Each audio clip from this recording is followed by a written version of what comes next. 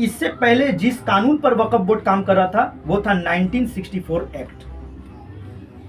और इसी से पहले अगर हम जाएंगे 1964 तो एक सेंट्रल काउंसिल ऑफ वक्फ बनाया गया। का स्वागत है। इस वक्त हम मौजूद है बिलगिचा के सरजमी पर और हमारे साथ मौजूद है अरशद अय्यूब साहब, जो एक सोशल वर्कर भी है और हाई कोर्ट के इंटर्न भी है। मैं उनसे वक्फ के बारे में जानना चाहता हूं क्योंकि कुछ ही दिन पहले सेंट्रल गवर्नमेंट ने वक्फ बिल 2024 पास किया है। इसके खिलाफ पूरे देश में बहुत सारे आंदोलन हो रहे हैं, प्रोटेस्ट हो रहे हैं। आज भी प्रोटेस्ट हुआ कोलकाता में, इसके अलावा लखनऊ और बहुत सारे इलाके में प्रोटेस्ट हो रहा है। मैं उनसे ये पूछना चाहता हूँ क्योंकि पब्लिक अवेयरनेस नहीं है, पब्लिक वक्फ के बारे में जानते भी नहीं है और वक्फ क्या है, कानूनी स्टेटस क्या है। अरशद अय्यूब साहब, आप हमारे चैनल के माध्यम से पब्लिक को बताएं। अस्सलाम वालेकुम रहमतुल्लाहि बरकातहू।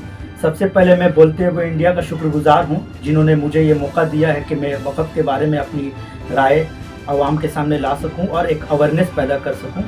सबसे पहले वक्फ के बारे में बता दूँ, वक्फ एक अरबी वक्फ है, अरबी वर्ड है वाकुफ़ा, जिसके मतलब होता है कि खुदाई राह में अपने जायदाद को, अपनी मिल्कियत को डोनेट कर देना।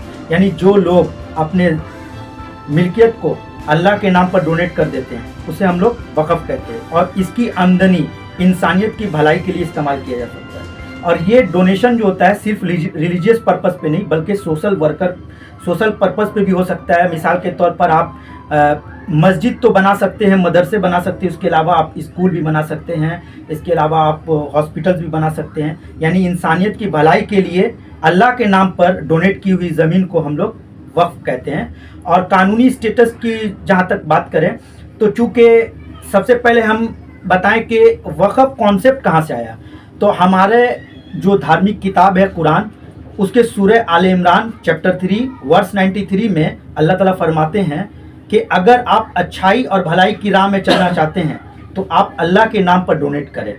यानी ये कॉन्सेप्ट आज का नहीं है, ये कॉन्सेप्ट और इसका पैगाम हमारे कुरान में दिया गया है। और जब इस्लामिक हिस्ट्री का मुताला करेंगे तो एक अल खैर नाम का इंसान हुजूर सल्लल्लाहु अलैहि वसल्लम के पास आता है और कहता है कि हम अपने 600 खजूर के दरख्त को अल्लाह के नाम पे डोनेट करना चाहते हैं और उसके आमदनी को इंसानियत के भलाई के लिए इस्तेमाल करना चाहते हैं। तो हुजूर सल्लल्लाहु अलैहि वसल्लम ने वो 600 दरख्त जो खजूर के थे उसके आमदनी को मदीना के गरीब लोगों को खाने पीने में इस्तेमाल किया था।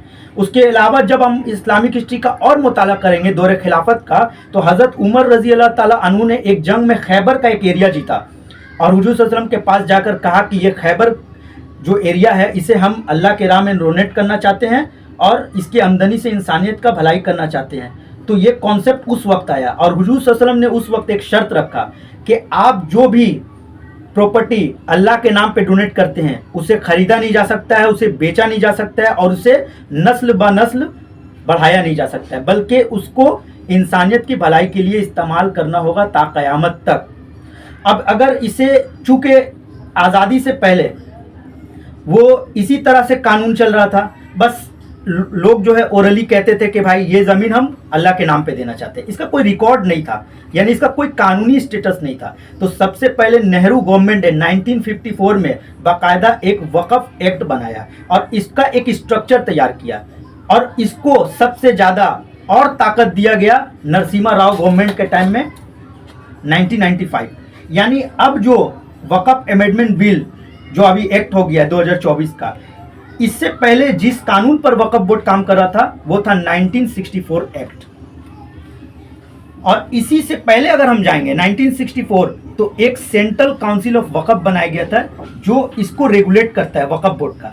सबसे पहले मैं बता दूं नसीम भाई के लोगों का ये कंसेप्ट रहता है कि वक्फ बोर्ड एक है और उसमें मुसलमान का ही कब्जा होगा, वही खुद से फैसला करते होंगे, लेकिन मैं बता दूं ऐसा बिल्कुल नहीं है। वक्फ बोर्ड जो है वो हिंदुस्तान में तकरीबन 30 के करीब वक्फ बोर्ड है और इन सब को रेगुलेट करता है सेंट्रल काउंसिल ऑफ वक्फ। और आपको ये बात जानकर हैरानी होगी कि सेंट्रल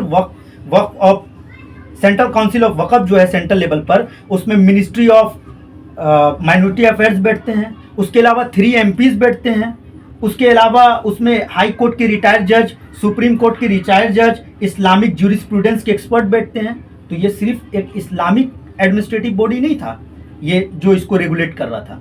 लेकिन हमें तकलीफ इस बात का है कि जो नए चेंजेस लाए गए हैं वो कहीं ना कहीं हमारे कम्युनिटी, हमारे मुसलमान के जो इक़्तिदार है, जो हमारी मिल्कियत है, उसको कहीं ना कहीं कमज़ोर करने और साजिश करने की कोशिश की जा रही है। इस कानूनी स्टेटस क्या है इसकी?